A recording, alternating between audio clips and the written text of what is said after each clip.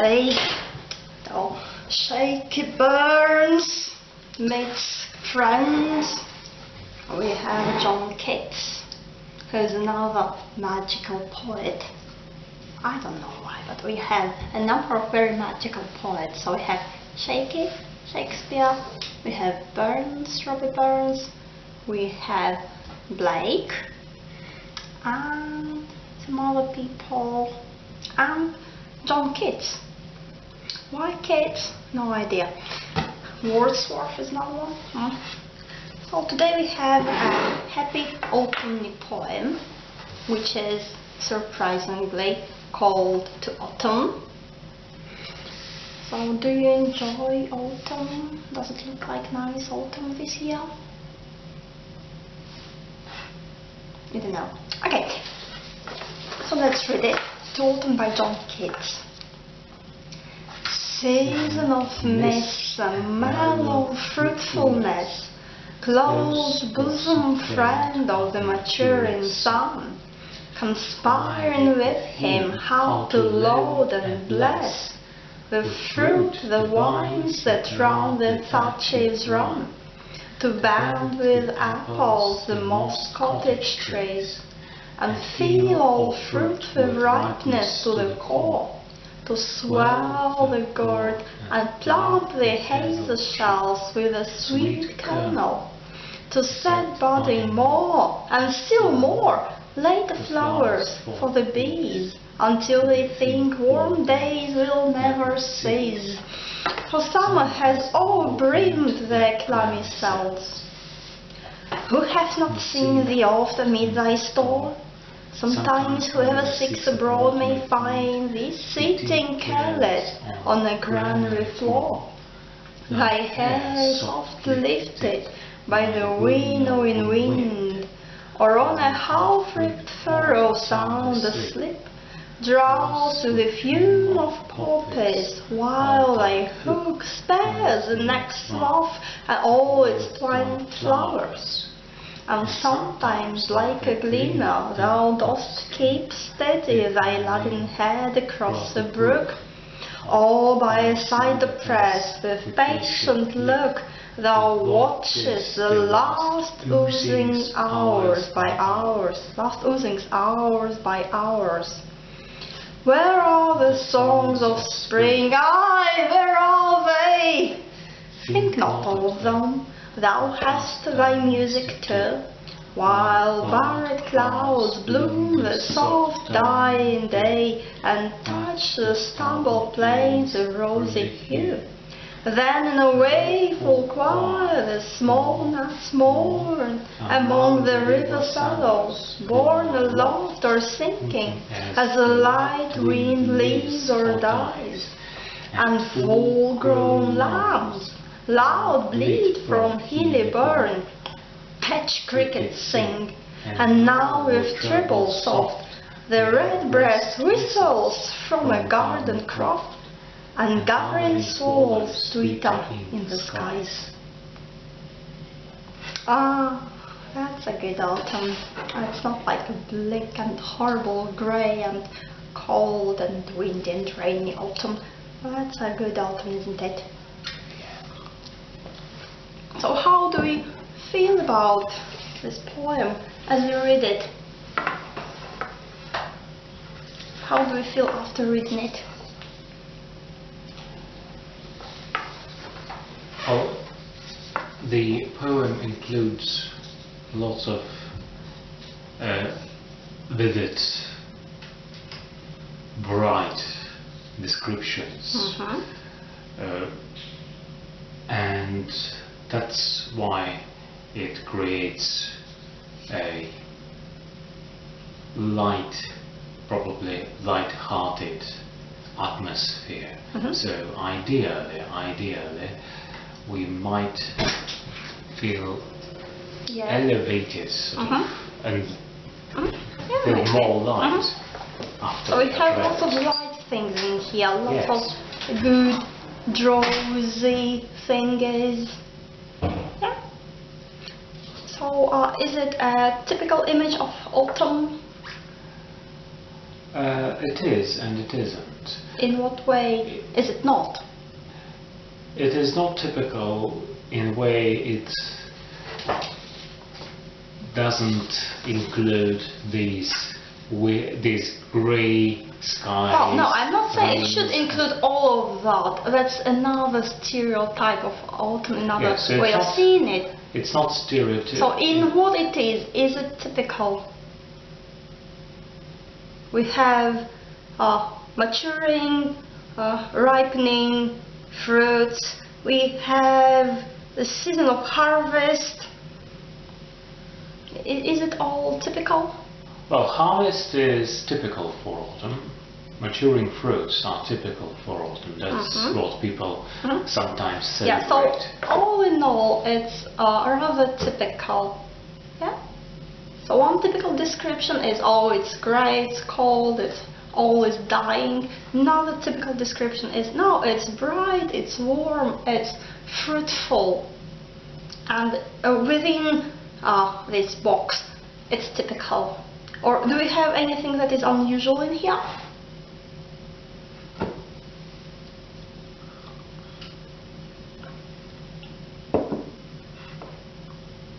Okay, if you don't see it straight away, then let's read it little by little.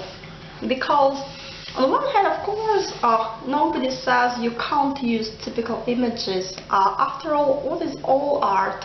It's just repeating and repeating the same images, but every time they go through the lens of your being, so you see them in different hues. So that's why you can use exactly the same ideas, the same plot, same images, same details, time after time after time. Each time it would be working. Each time it's a bit different. Okay. Season of mist and mellow fruitfulness. So do we immediately feel like, yeah, that's autumn, alright. It's not summer, it's not spring, not winter. Season of mist and mellow fruitfulness. Mists are... Mist and fruitfulness. Well, they're both typical for autumn, aren't they? Okay, so what kind of feeling do we have? Because that's how we introduce the idea and then we develop it. So we could develop the idea, then bring something opposite. He doesn't do it here. He just keeps continuing on these ideas. So mists and mellow fruitfulness. Okay, season of mists. So misty is like soft. Yeah. Or maybe mysterious. Yeah. Well, yes, and also, isn't it again something that you often experience in autumn? And a mist, like missing, maybe a bit sad, mist, could be. Season of mists. Oh, not rain, but mist, so it's softer. A mist in itself is softer and strange. Yeah, it's softer, it's probably warmer. Although, and it's not like fog, it's mist, it's lighter. It's lighter, and that's why. That's. Это было бы слишком. Это запасный выход. Great. Keep on going. Close the door. That wasn't the idea. It's not as cold today. So we have some happy people who run like little happy elephants and never close the front door.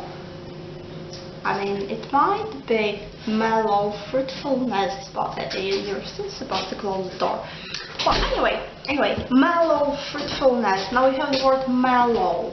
Mist, mellow, all those sounds are very soft. Mellow. And again, it's a soft word. The word mellow is a soft word. Doing anything. Mm-hmm. Okay. the word fruitfulness. Okay, is so mellow again is like rich, ripe, but also it's a soft, like mellow color. Yeah, and fruitfulness. If we think of the sound, if we feel the sound, it's also soft. It's because sound doesn't exist in isolation. The word fool is positive. Positive. It has a very full sound, and of course the combination fruit is something nice. Fruitful. And fruitful is even better. It's like a little spell. Fruitful, fruitful, fruitful. Me, me, fruitful. So even as we hear it. Oh no, never. So what we hear, what we see, it comes together. No problem, just close the door. And it's the whole season. That's the essence. So this mellowness, fruitfulness, abundance, at the same time softness. Close bosom friend of the maturing sun. Now that's interesting. Close bosom friend. Bosom. Yeah. Of the maturing sun.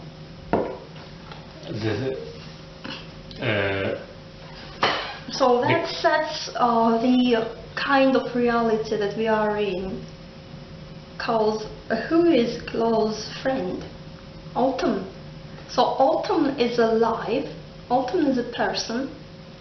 And the sun is a person too, maturing. So mature can have different meanings, different associations, like maturing, like growing up, growing old, growing ripe. So the sun, on one hand, it's like a fruit. It's maturing, like cheese or wine, or it's like a person maturing, getting wiser daily. So how is the sun maturing? So normally, if you're not a poet, you look up maybe someday. Does anyone look up these days? Well, you look at the sun, you don't think, the sun is not the same as it used to be in spring. Yeah, but as the poet looks at the sun, the poet can see this connection, can see that the sun is alive. It's not a fixed idea, it's a living being. So the sun is maturing, all is maturing. Fruits maturing, the sun is maturing, and really what's different? This golden apple in the sky, it's also maturing because that is the season. And maybe it's also not just the sun itself is getting mature, but now the sun is sending the light of maturedness. Maturing light. So close bosom friend of the maturing sun. Immediately we have ideas of people, nature is people, and then a friend, and close bosom friend. Again, it's warm, it's soft, it's nice, it's friendly. Maturing also means getting wiser. You get old, but you get wiser. Again, this is a positive image, and vice versa. It's not the sun that is no longer visible because the days are short and nights are much longer. It's something that the poet appreciates rather than replicates.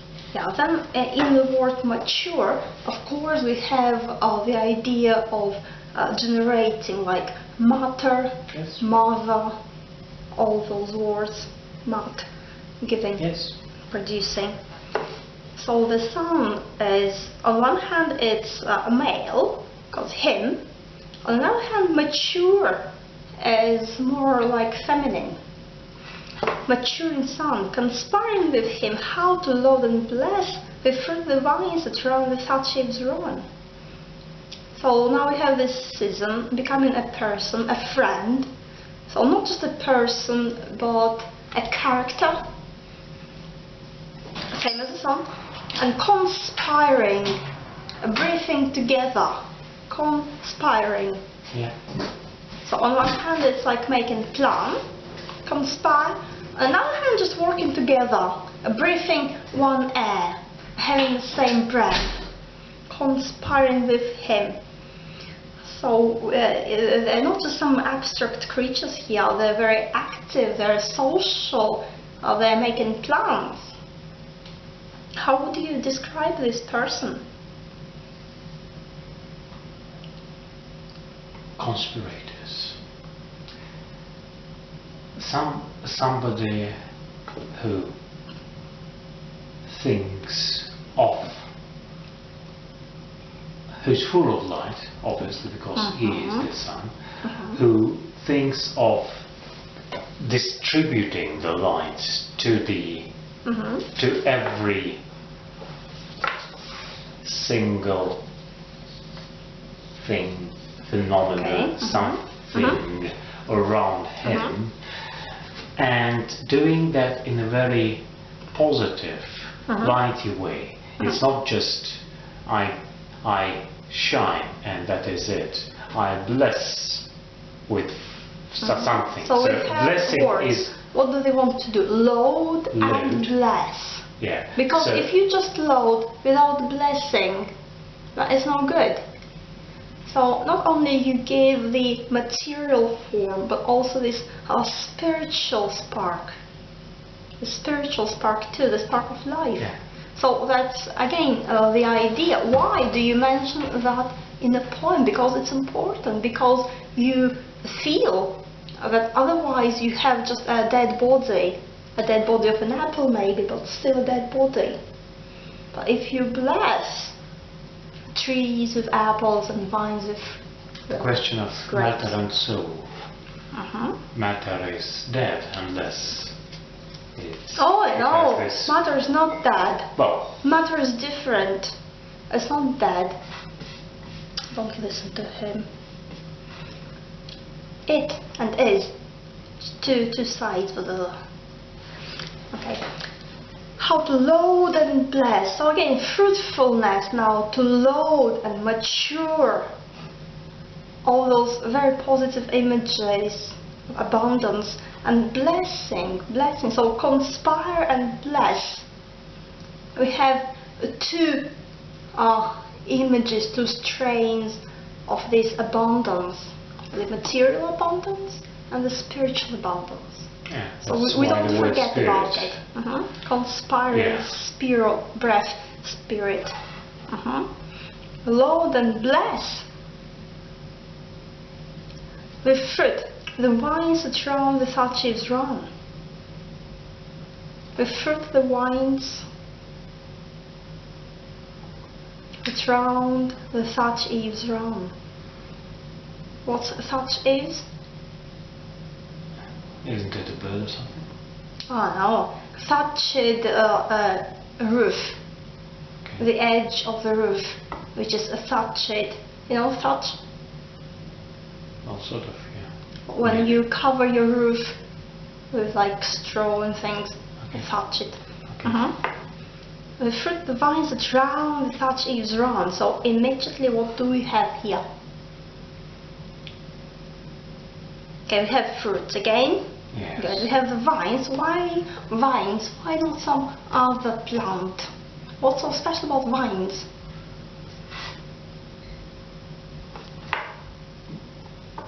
Vines and the traditional image, which has some 20 seconds left before it expires. Okay, let's just restart it. Yes, that's what it was. Does it do anything there that is helpful? Or it doesn't really give any signals of life? I think it works fine. Okay. Okay, so why the vines? Why do we look at the vines? Because autumn. You think about maybe fields. That's the most traditional. Trees, but vines. Why vines? Well, maybe vines are a bit rare than fields.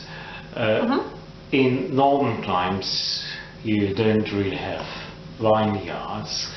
So it doesn't have to be grapes. You have different kinds of vines. Okay. So why vines? Well, obviously, first of all, you think about grape vines. Well, first thing you probably think, again, using the sound, you think about vine and wine. And then you might see... Okay, vines, they're like veins, maybe. There's plenty of them. And the fruit they have, it's like, again, the idea of abundance. Whether it's grapes or some other kind of vine.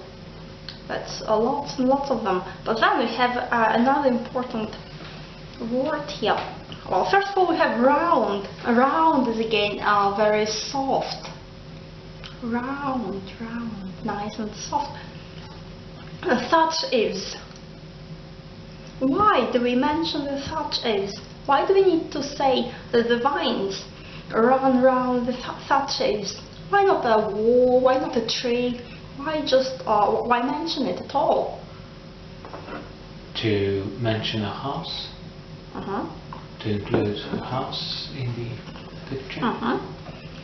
So here, we are not just talking about nature in general, we talk about a cultivated nature. We say that people are part of nature. In the description. So in this slightly indirect way, we say, we have people in this universe. And not just people, we have houses, but these houses are included in nature. They're not opposed to nature, as they usually are. Because usually you say, that's a house, that's my place, it separates me from what's outside. What are good or bad? Have inside, outside, house, nature. Here, it all comes together.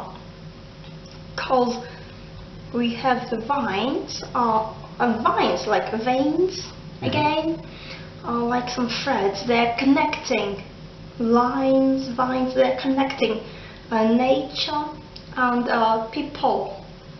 There's no separation, and it's not just, they touch the very edge, such is.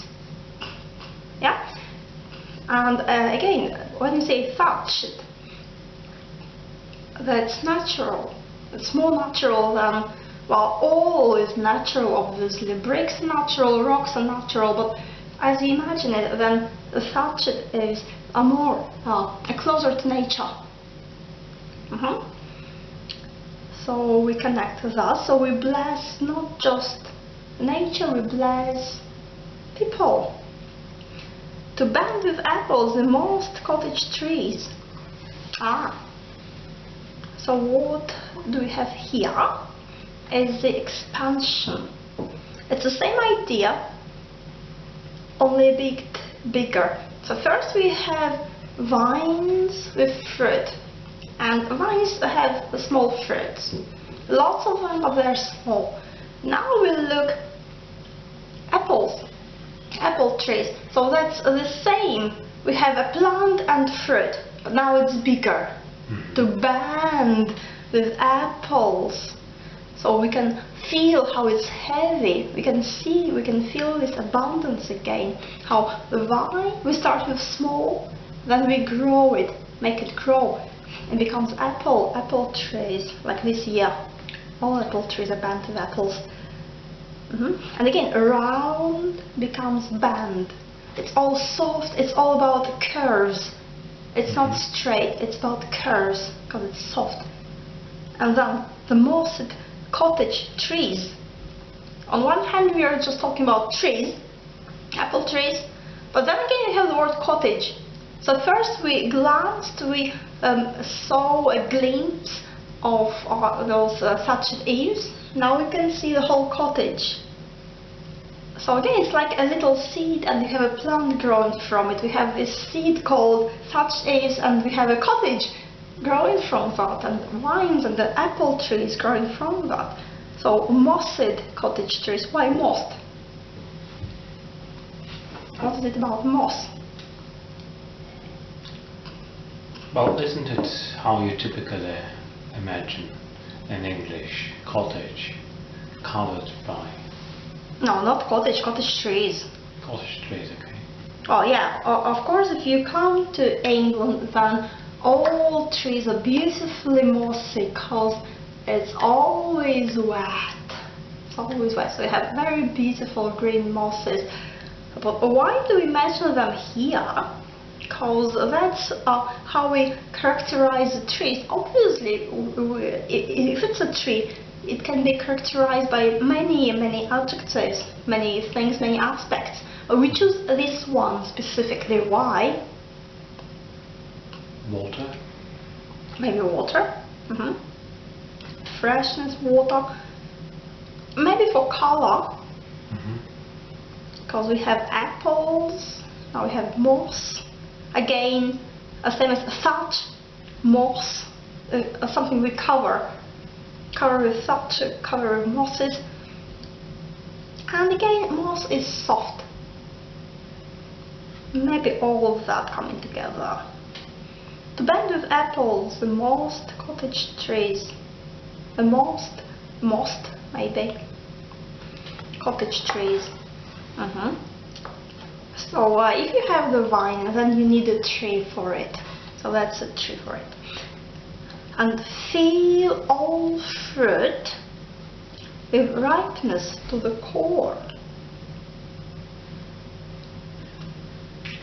Again, something. Well, fruit again. Yeah, so Ripe, it's third time we say fruit.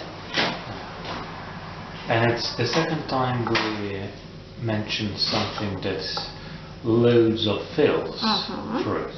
Fruitful, filled fruit. Yeah.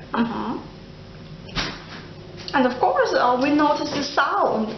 So we have fruitfulness, we have friend, then again fruit, touch, and now we have fill fruit. Yeah. With ripeness to the core. Yeah. Again, something ripe. And in fact, the previous images of apples, vines, also, and fruit in general, also mean there's lots of something. It wasn't in vain. It results in something. The work the sun and autumn are conspiring to do brings its fruit. So as we read it, if we read it carefully, then we may notice that this doesn't really happen, or it's not happening yet. They're conspiring how to. But as we read it, obviously we imagine it, we feel it, it is real now for us as we read it. Although that's the magic, the beauty of poetry. That as you read it, it becomes real, even if the text factually says, it's only a plan. As we describe it, we make it real. Yes. Magic. A ripeness to the core.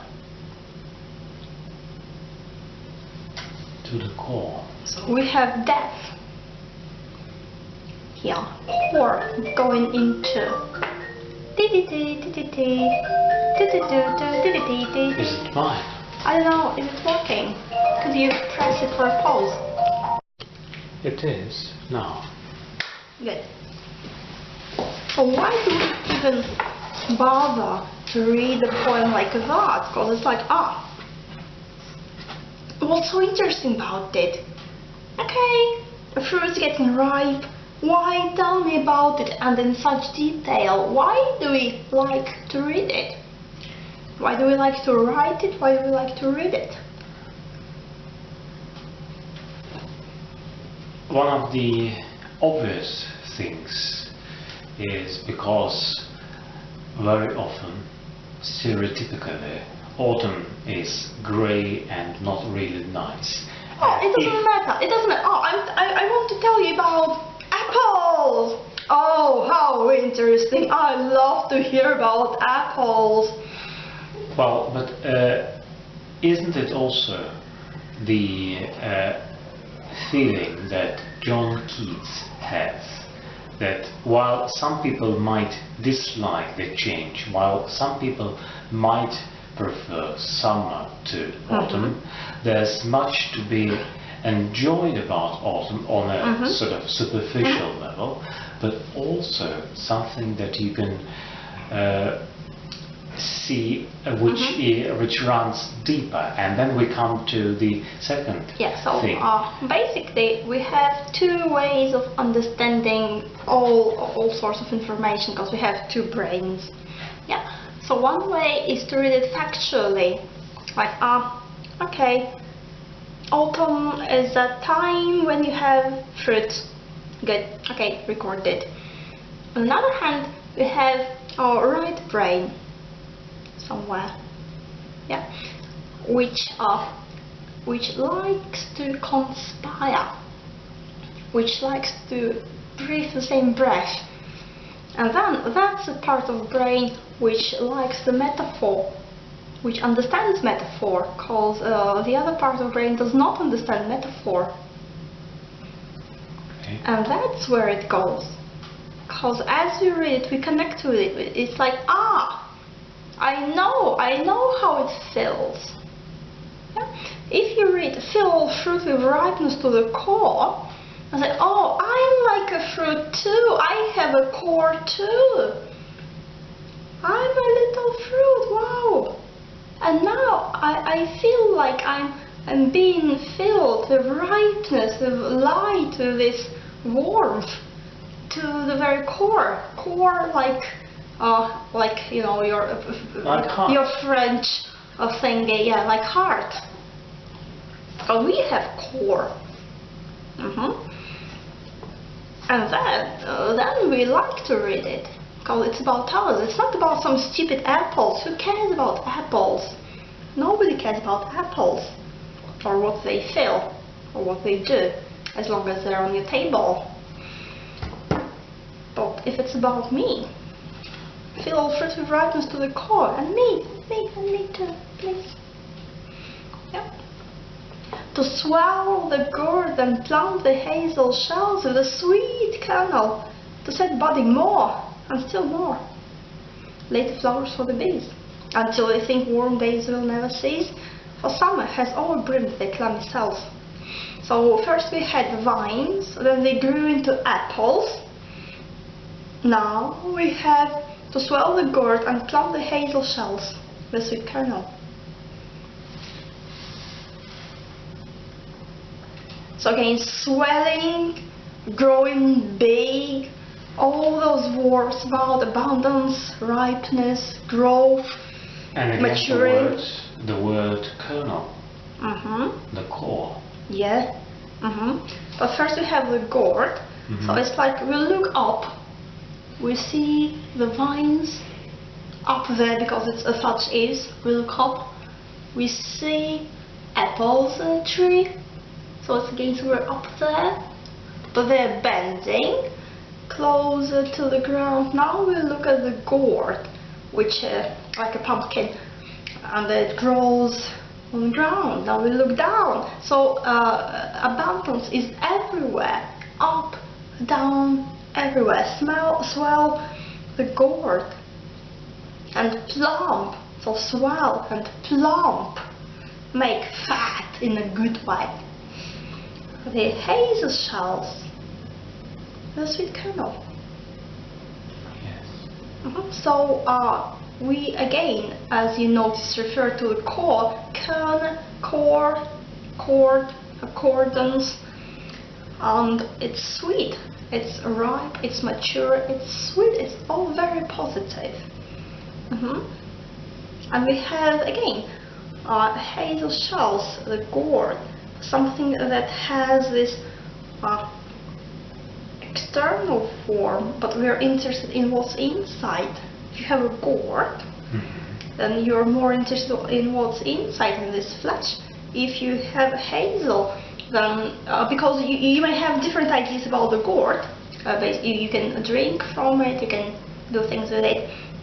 But if you have hazel shells, then it's stressed out that you do have this outer shell and something very sweet, precious, mature inside growing. So again, if we forget for a moment that it's like season, and we take it as a season of life, yeah, then what age would it be in a human life?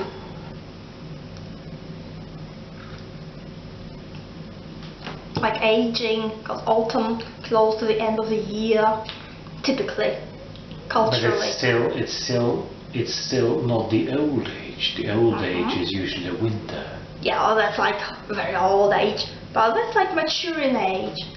So again, it's how we look at it, what kind of ideas we are presented with, or we present them to ourselves, is how we actually react to it, how we grow into it. So if we have an idea that old age is when you have problems with everything, with your body, with your mind, with your, I don't know, with people around, you're horrible, you're miserable, then that is what you would grow into. But if you keep in mind this happy idea, then you will grow into this happy aging, maturing.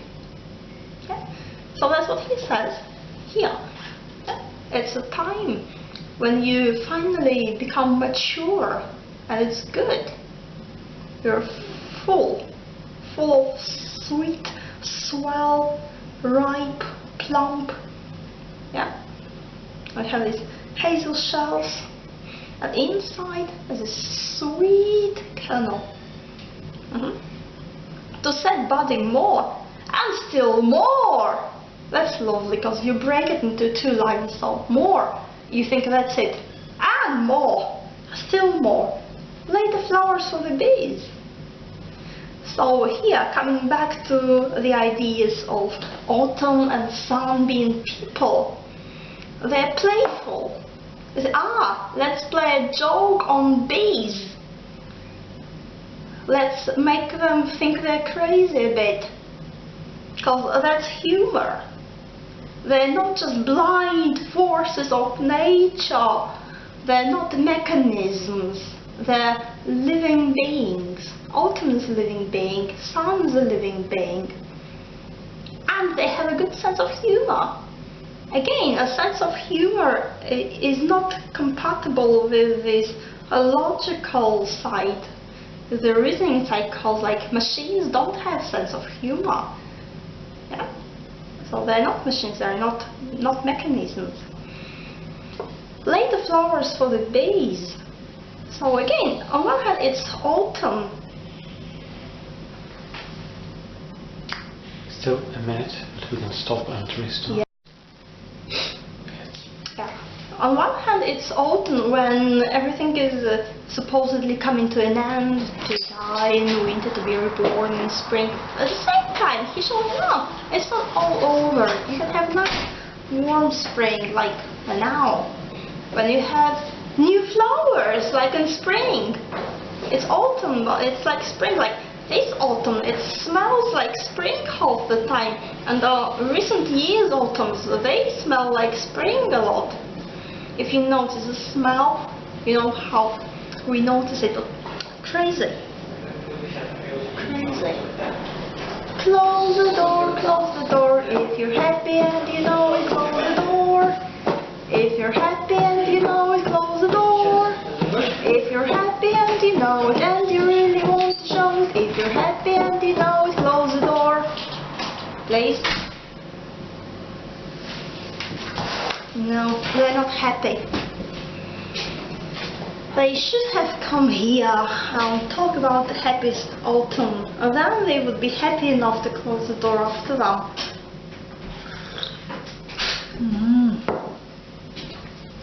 Oh, then again, it's kind of funny because first you talk about the gourd, which is relatively big, and then you look at hazel shells, because hazelnuts are not big compared to the gourd.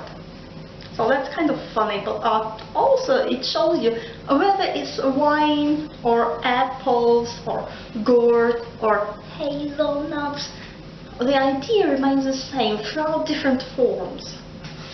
We have this ripeness in abundance.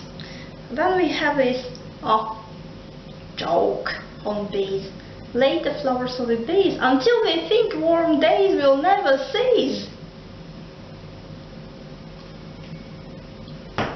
For summer has overbreathed the clammy cells. So, and again and again and again, it's kind of a very humorous image, because who are the bees? We often think of like working people like bees, yeah, and their clammy cells, sticky cells. So on one hand, it's where they live, it's like where they give their honey.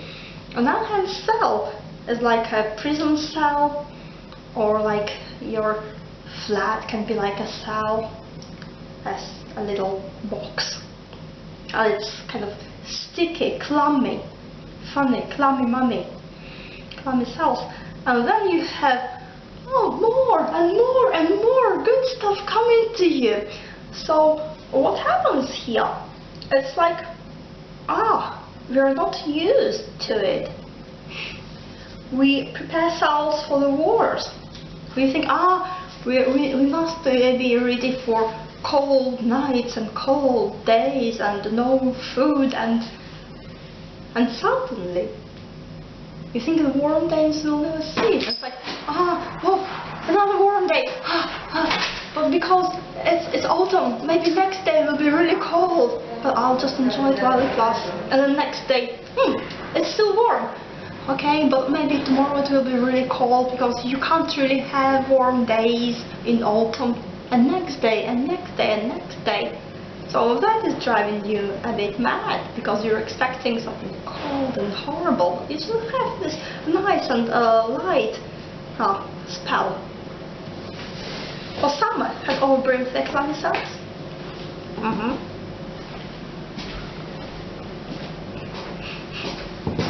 Then again, maybe it's like clammy cells, like your little grey cells in your mind, in your brain.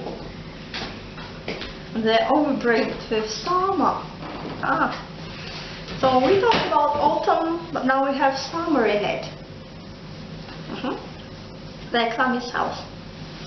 So that's like part 1 of 3.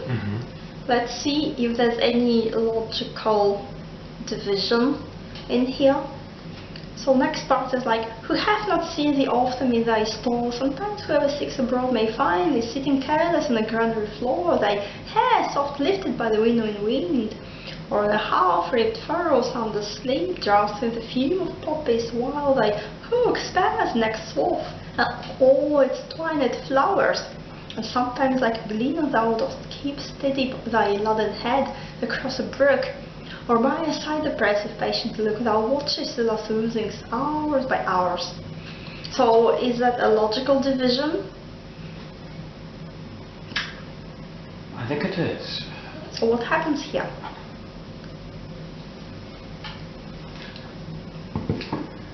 Someone appears, someone to whom John Keats addresses all these questions, and that's someone whose description, whose behavior or something appears in part 2.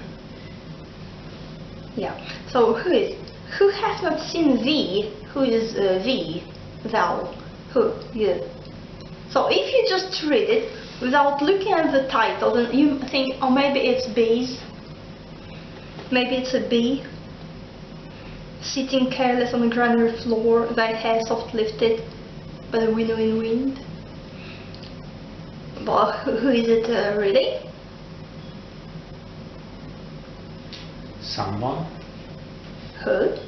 Someone. Who? Autumn. So autumn autumn is a person, but not just an abstract person, it's a normal person, specific person. Who has not seen the autumn in thy store?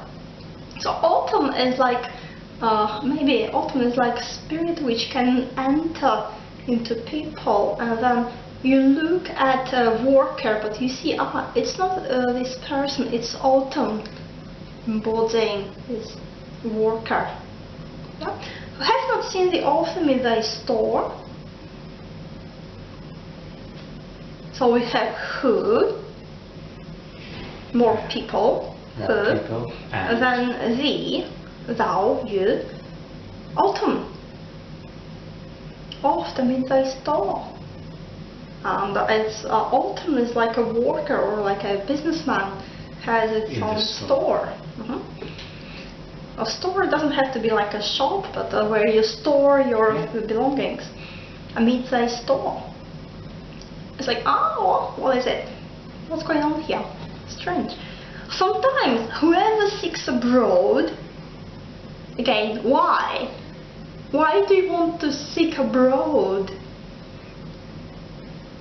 So who again? Whoever seeks looking abroad may find thee sitting careless on the granary floor, thy hair soft lifted by the winnowing wind.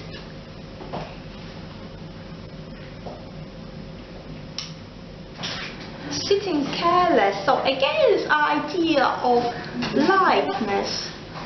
It's not serious, it's not heavy. You're sitting, you're not working, you're sitting. Careless. Again, happy, careless, light on a granary floor. What's a granary? Where you have grain. Yeah. So again, it's connected with harvest, with abundance. Granary, floor. Because if you're sitting on the floor carelessly, you're not working, you don't care about having a chair, you just relax. And that is a really amazingly beautiful line. Thy hair soft lifted by the winnowing wind. Winnowing wind, hair soft lifted. So if you imagine granary, what do you do with the grain? You need to winnow it, to move it a little bit, to move it. Why? So it doesn't get all moldy, to get it dry. So you have this big kind of spade and you're moving your grain so that the grain which is down there, it gets dry. That's called winnowing. And then you have winnowing wind. Yeah, the wind which does the job. Does the job, which is moving your grain.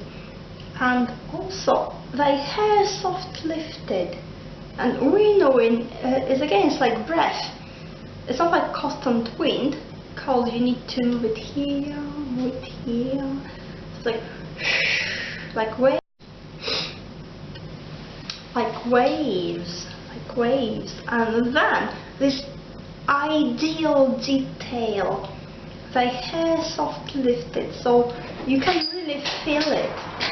You can, again, as you read it, thy hair, you feel it with your hair, soft lifted. Hello. You can feel. Hello. Alpha Centauri. Okay. And you can feel how the wind is very gentle, because your hair just goes up and down very gently. And if you remember the bees, then you can do a beautiful thing. You may imagine a bee there, sitting on the floor, because who knows what autumn looks like as a person.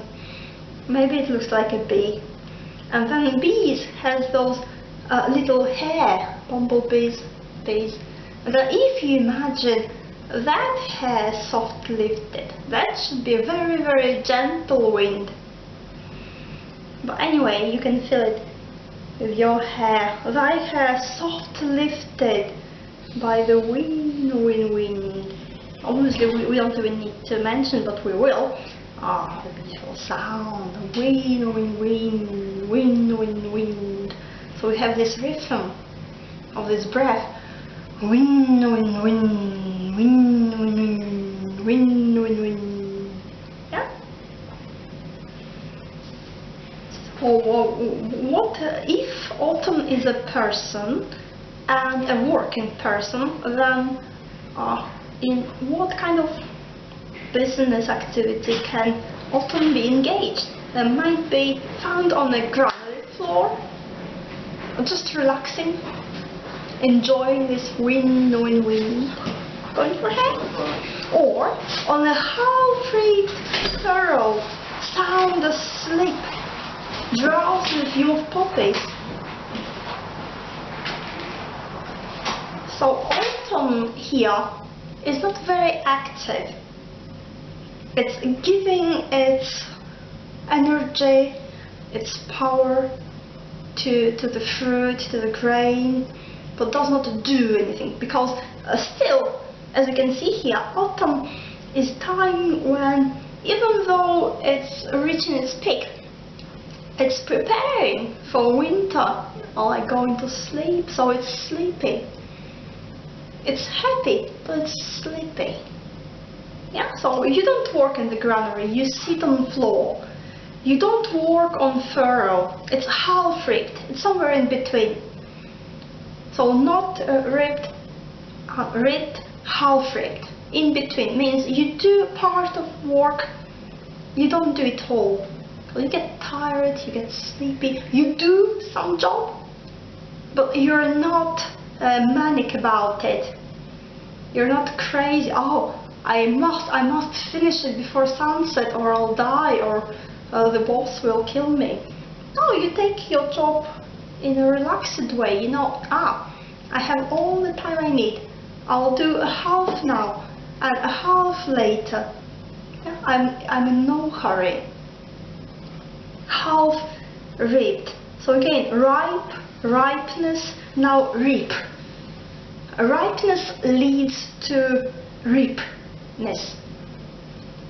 Yeah? Because you don't want to reap what is not ripe. Obviously. Yeah, again, in poetry, words come together. The meanings come together. And you start seeing these connections. Not only in meanings, also in words themselves. So words stop being words as symbols, because they're never random anyway. We do have connection between sound and image, as is more or less proved. And here it becomes more obvious, because in our normal language we don't think about it. Or hardly ever, don't often think about it. In poem, you bring it up. Look, reap, ripe. That's the same. Oh, there's connection. Half-ribbed furrow. So whatever is a half done, it's like in between. It's suspended. If you say something is half asleep, half ribbed, half something, means you're suspended in the air, you're floating, you're not grounded, you're neither here at the start where nothing is done, neither there at the end when it's finished. You're just somewhere indefinitely in between. So on a half-ribbed furrow, sound asleep. So again, asleep, sleepy. Why furrow? Because it reminds us of fur. Maybe again nice sound, furrow, furrow, furrow, fur. And again, furrow is something that people do. Furrow. Then sound asleep. So we have sound and asleep. So again, you're really asleep. At the same time, we have the word sound. Sound. What can you hear? You can hear wind, wind, wind. It makes you sleepy. Maybe. But it's also a positive kind of sleep. A good sleep. Good sleep. It's not something Or like that you're well and sound. You're well and sound. Your sleep is well and sound, and you sort of, as you said, it's not something who is that tired, who falls asleep because he Can't move. He can't move, and it's just something that happens. Otherwise, he can't really function. That's more or less a conscious choice. And But then again, we start with your sitting. Then sitting can be on a chair. Then sitting on floor. Now lying down on ground. So it's like going down, calming down. Yes. Going to the ground. Drowse to the fume of poppies. So furrow becomes fume, poppies. So again, a drowsy, asleep. Now the fume of poppies. Why fume of poppies?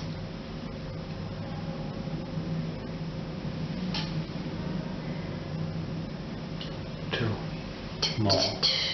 Why fume of poppies? No idea. So what are poppies? No idea. You don't know poppies? I don't know. Oh no! Okay, poppies are very important. They're so important that maybe we should restart that poppy thingy. Yes. Okay, so poppy is a flower. Flower. It's a flower. It's bright red. Yeah. And it can be a drug. Can send you to sleep. Right. So poppies are very important, especially in, let's say, later culture after the World War, when you have poppies as an image of soldiers. Because it's like they're bright red because they grow from the ground and they drink blood of dead soldiers. But that was long before it. Still, the main idea of poppy back then is this strange dream because it's a drug. And also this bright red color. So what colors did we have here? We have maturing sun fruitfulness, which is kind of orangey, yellowish. Apples could be yellowish, or it could be green. Then we had mosses that are green. We had hazel shells, flowers, bees. Brown. Yeah. Now we have red poppies. Yeah. And again, it's not one poppy. When they grow, You have lots of them. And they make you drowsy. Again, drowsy is not exactly asleep. Drowsy is when you start seeing fairies. Yeah, drowsy is the fume of poppies. So autumn produces this sleeping potion, this sleeping drug, which is strange, really. Why fume? Because it's not true. I don't think it's a fume that makes you fall asleep, actually. But still, this. But wasn't that the story with the lion? Who in the land of Oz. Yes. Because he inhaled the fumes of the poppies. So that's magic poppies. Okay. Drowse to the fume of poppies. So again, flowers. We mentioned flowers for the bees. Now we have the flowers that's more or less abstract, just some flowers. Now we have special flowers, poppies. And they pop up before our eyes because they're really bright, While they hook spells the next wolf and all its twined flowers. So here, autumn is again like a worker, fall asleep, or like a worker with a hook. Who can be somebody with a hook?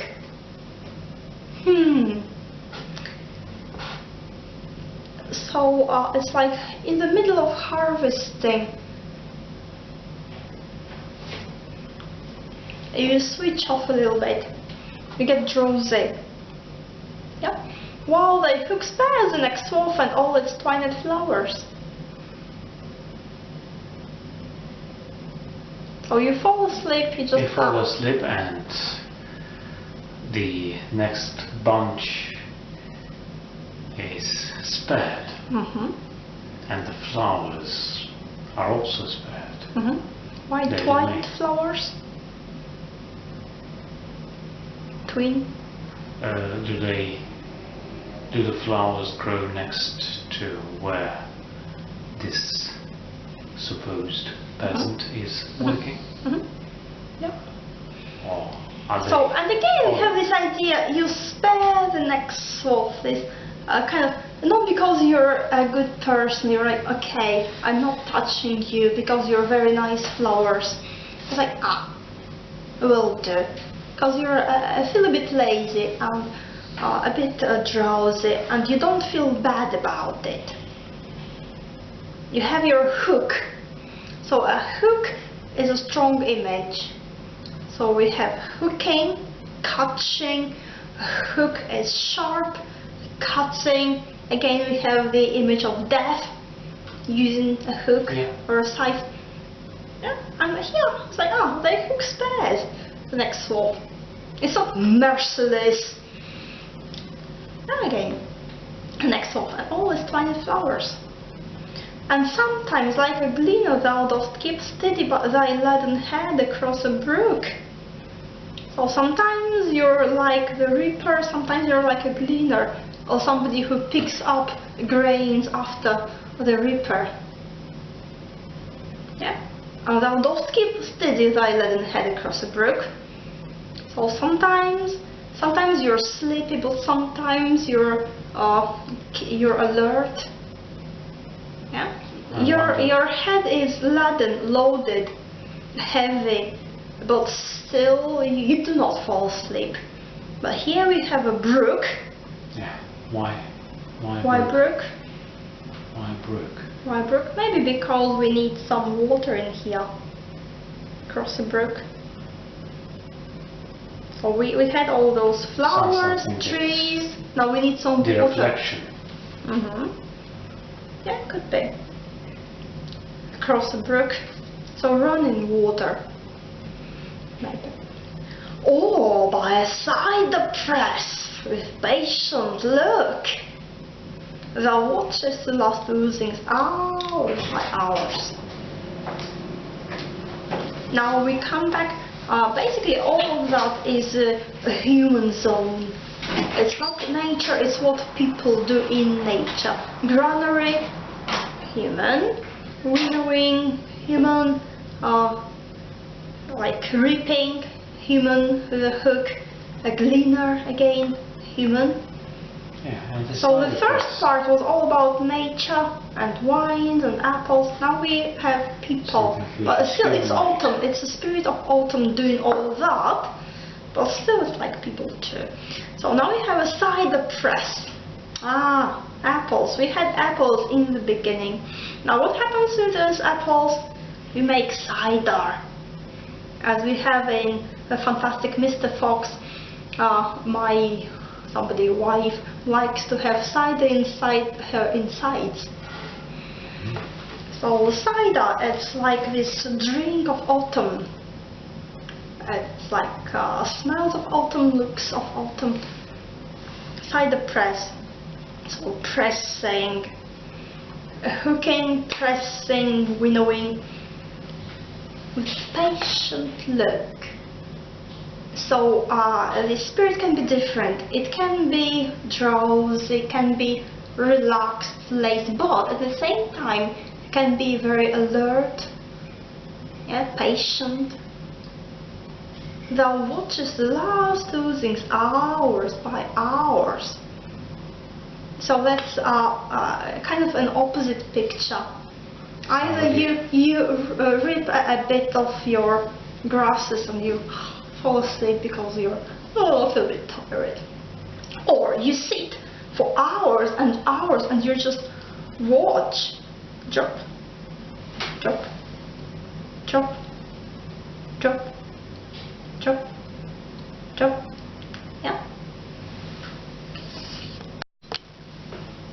And is it the same person or is it a different person? Somebody who can relax, and fall asleep, and somebody who can sit and watch last oozings hours by hours with patient look. Isn't it the same person? Can it happen to the same person? He is interested in basically doing nothing but sitting and looking at these drops. So here, this thee, thou, you, does not do much but watching a lot. Yeah? Watching flowers, watching greenery, watching the brook, watching those last bit, oozings from the cider press. So we had the brook just before it. Now we have bit, last oozings. Where are the songs of spring? Where are they? Think not of them, thou hast the music too. So we have this autumn which is more like summer, but with with the air of decay encoded, intrinsic to it. Yeah, because on one hand, as we said, it's fruitful, but at the same time it's soft, it's lazy, it's going down. We don't see the decay, but we see this going down, quieting. So now we suddenly remember of spring. Maybe if you watch the last oozings for hours and hours and hours, and suddenly you start thinking about spring. Maybe. So where are the songs of spring? Where are they? It's like, but spring, that's a nice happy time when all comes back to life, not this stupid old autumn when all is dying. So the birds are not singing, they've flown away. It's not like in spring. Where is it? Where is it? Think not of them, thou hast thy music too. And it's like, it's not better, it's not worse, it's different. Yeah. Again, if we compare it with a human life, then again, typically the spring of life, happy youth, sweet little 16 and things. I say, and autumn is matured age. And people may say, where are the songs of spring? Like, think not of them. Thou hast thy music too. And don't hold on to your past because you're beautiful in your present. It's like each age, each season has its beauty. You have your beauty in each of your seasons. So as long as you understand it, you don't try to be springy in your autumn, you'll be great. You'll be doing just great. Where are they? No, think not of them. So again, it's a thinking, and think not. Our thinking brain, which likes making connections, it's like likes competing, likes comparing. It's like, but spring!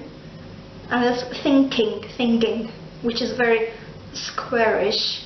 I can't really get you anywhere past itself. It's like, think not.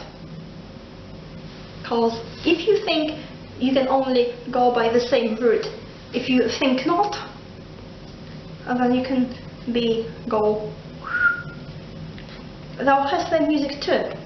While barred clouds bloom the soft dying day and touch the stubble plains a rosy hue, then away wakeful choir, the small nuts mourn among the river sallows, borne aloft or sinking, as the light wind leaves or dies. So that last part we have actually death in it, Yes. mention it, because first part it's just coming up, maturing, growing up, nice, good. Second part we have those signs, hints. We have sleep, drowsiness, we know sleep and death are very close. We have coming down to the ground, sleeping in a furrow, sleeping on ground. Yeah, strange dreams. And now we actually say the word dying.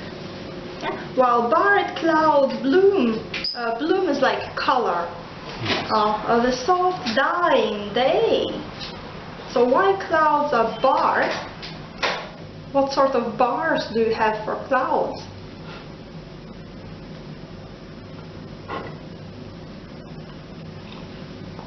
They are barred because the sun does not allow them to appear. They are barred. Well, they are there because they bloom the soft dying day. Barred, maybe. It's like the sun is going down and you see those rays across the clouds. Then you have those soft colors and soft rays across the clouds, and then you have barred clouds. And they bloom. So blooming refers more to spring, to summer, when everything's blooming. But here we have different kind of flowers in the sky. A soft dying day. So again, soft. Dying, but it's not like horrible dying, horrible death. It's soft again. We start with softness, we return to softness. It's all soft. And it's bloomed, it has color, it has a flowerness to it. It's dying, but it's flowery, it's nice. And touch the stubble plains like last fields. You have like a little grain left and you plant it. So that's the last thing you plant, basically, as I understand it. The rosy hue. So again, it's like you touch those last fields, a very gentle hue, very gentle color, rosy, not even pink, rosy. Again, flowers, soft and nice, and roses, we like roses. Rosy hue. Then in a wakeful choir, the small nuts mourn among the river sallows. So again, that's beautiful, because do we often write poems about gnats, mosquitoes, midges? Not really. But now we look at this tiny little creatures, and we hear them, wakeful choir. So we can hear, if I'm a poet, if I'm with the poet, then I look at this cloud of nuts, and then I can hear, not just, oh no, they're going to bite me again, but here, they're singing. You have your music, that's your music. We don't just have like happy bird songs, but gnat song is also music. And again, gnat, gno, no, it's all connected. Not, gnot. Wakeful choir. Does it require something? Yes, it does. Yeah, because we really just have like half a stanza left. So a wakeful choir, the small nuts mourn. So if you're a poet, then you can feel, not just see factually, but you can empathize. You can see even nuts as an expression of yourself. So then, when you hear nuts, mosquitoes, then you don't feel like, oh, what an irritating sound. You feel, ah.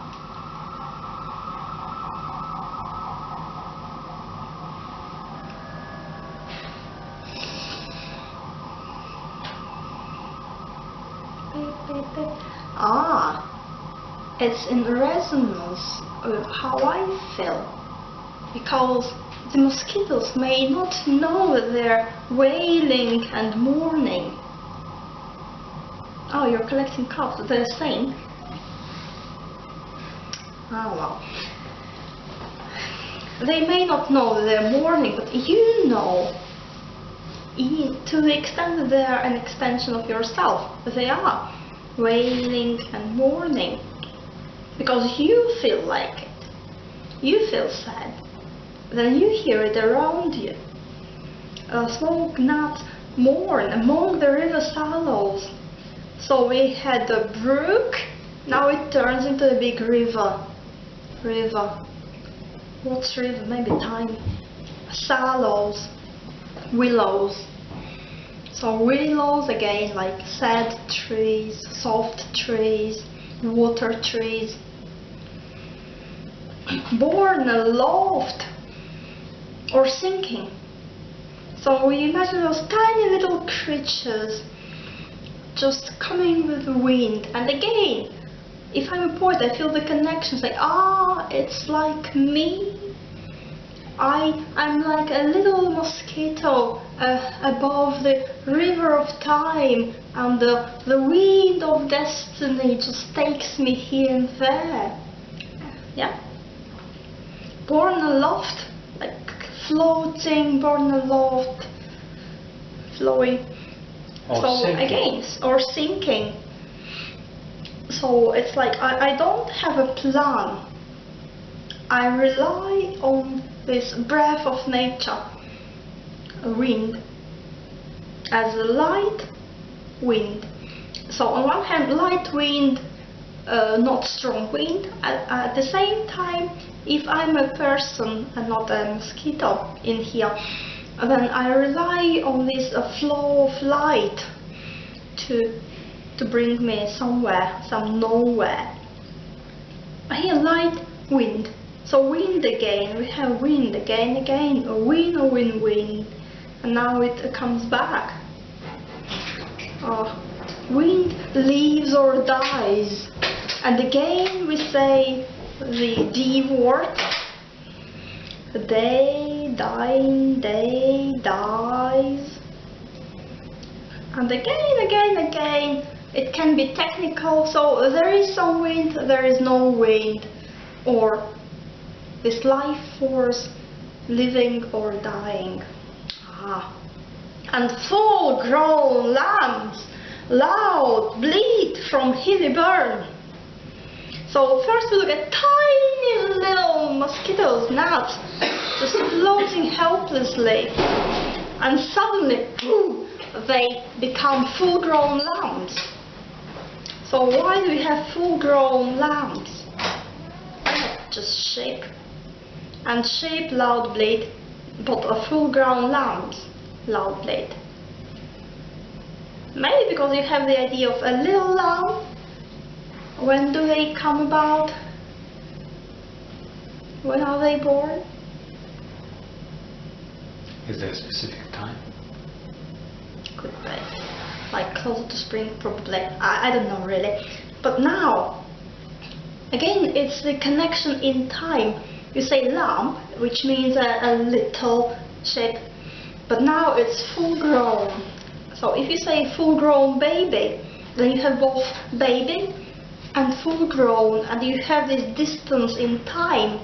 So how do you create a distance in a painting? You have something in front, something behind, then you have this depth in space, so you can compare it. How do you create the same depth in time? You say a full-grown baby, so you have this front and back images. Loud bleat. So again, you have your music too. What's your music? It's the gnat song. It's the bleating of lambs. And again, all words here are full-grown lambs, loud bleat.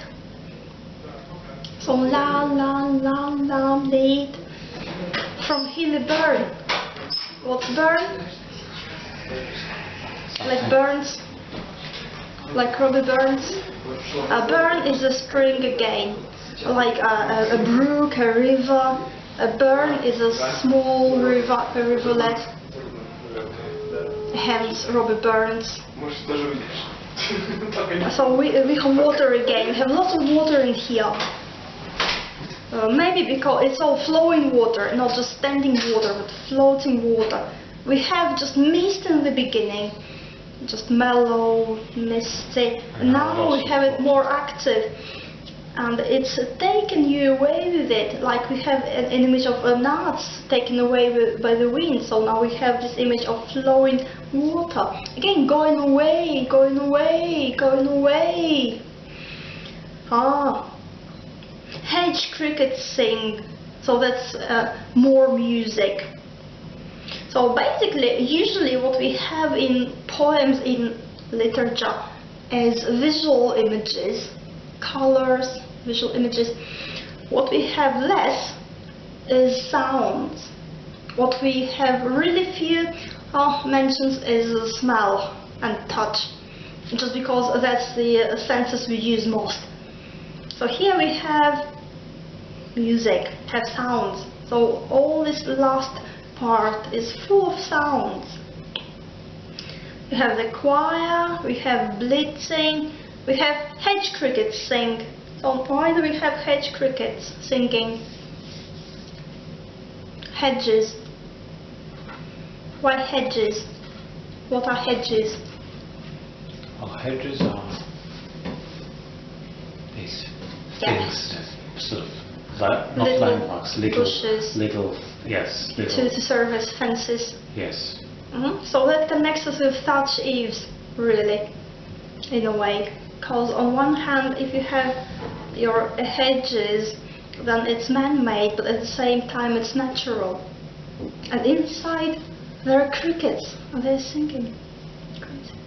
And now with triple softness, I understand, the redbreast whistles from Gardencroft. So we have all those different kinds of fields here. We have just a garden here, which we just describe it, cottage trees.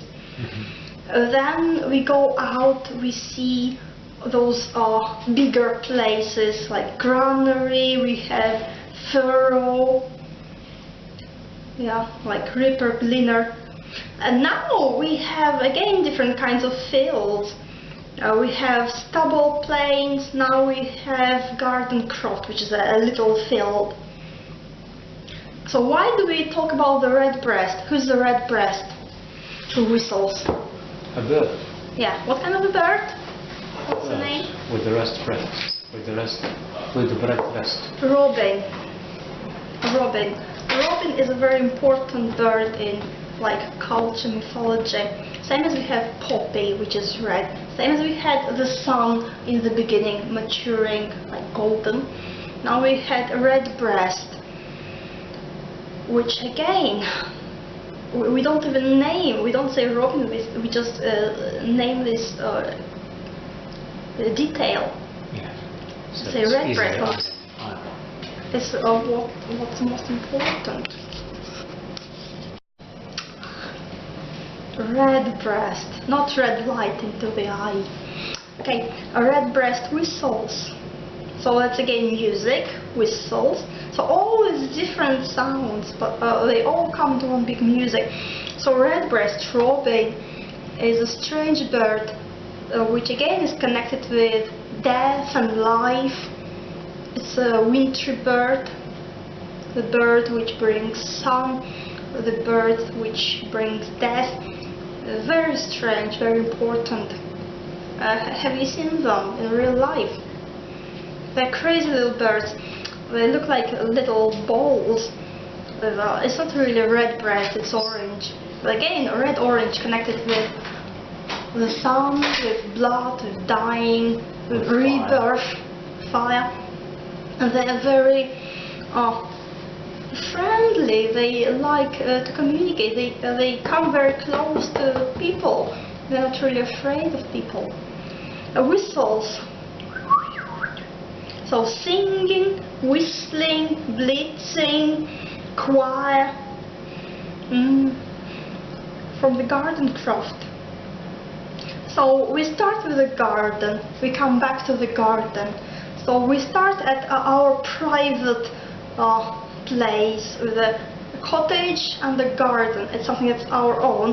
Then we come out into this bigger field, and now we return back to home, because that's important to be back home. And gathering swallows twitter in the skies.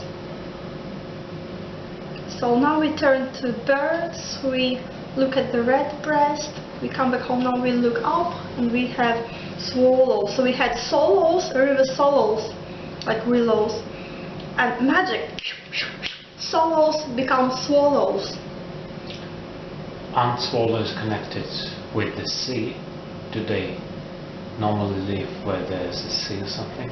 So don't we have even... Swallows are connected with the change of the season. Okay. Swallows fly away, autumn. Okay. Swallows come, spring. All right. So we end up by looking at the sky. So twitter, that's another sound here. Whistles, twitter, sing. They're gathering, they're coming together, we know why, to leave, to fly away in the skies.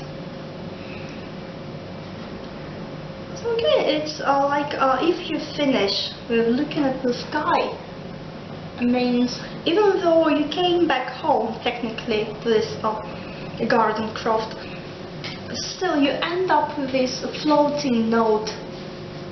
You're not, you don't say you end up in the ground. No, you fly away with these happy swallows, which are connected to swallows, which are connected to river, which is connected to the flow of time. Well, that's about it. Anything else to add? Okay, then let's finish.